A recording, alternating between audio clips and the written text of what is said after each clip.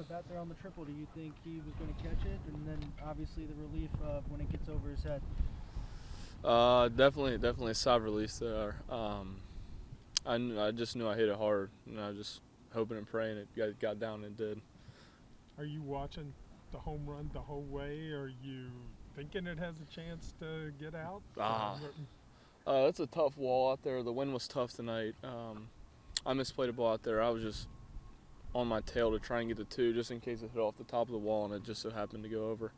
The TrackMan said it was 318 feet. That sign says 325. I don't know if you've ever hit a home run that didn't actually clear the, but that was obviously, you got to have some fortune on a night like this, right? I mean, the wind's such a factor. Kind of take us through just the difficulty of playing in these conditions. Oh, just the way we won, team effort. I mean, to grind it out in the rain, in the wind. I mean, it's not every day you can create situations like that, but when we train throughout practice, I think we do a really good job of giving us as players situations that we can use to fuel us in this type of environment.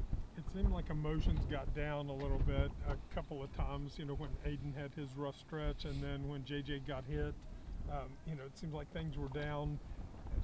You mentioned that a little bit, but what does it take mentally to bounce back and keep grinding in those situations? I'd say just stick to your approach.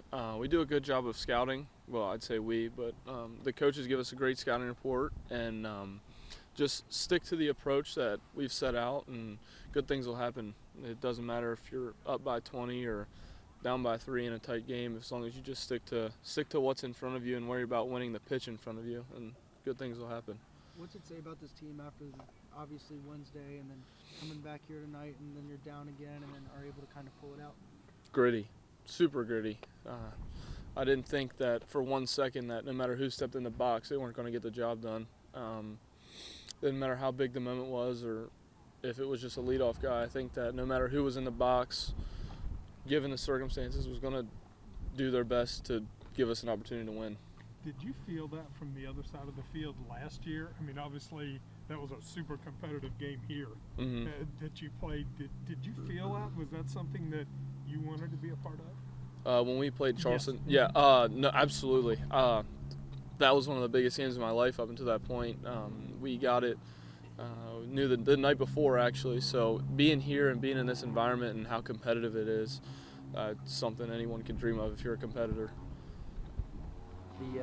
The last at bat, were you hunting slider there, or was it just a simple reaction thing? No, so going back to the scouting report, we were on heaters in the middle, and sliders that stay in the middle will pop, and it popped the hair. I got one earlier in the at bat that didn't pop, and it was in the dirt that I check swung. So being able to set my sights on seeing one in the dirt versus seeing what the scouting report said would look like, that was a super big adjustment for me.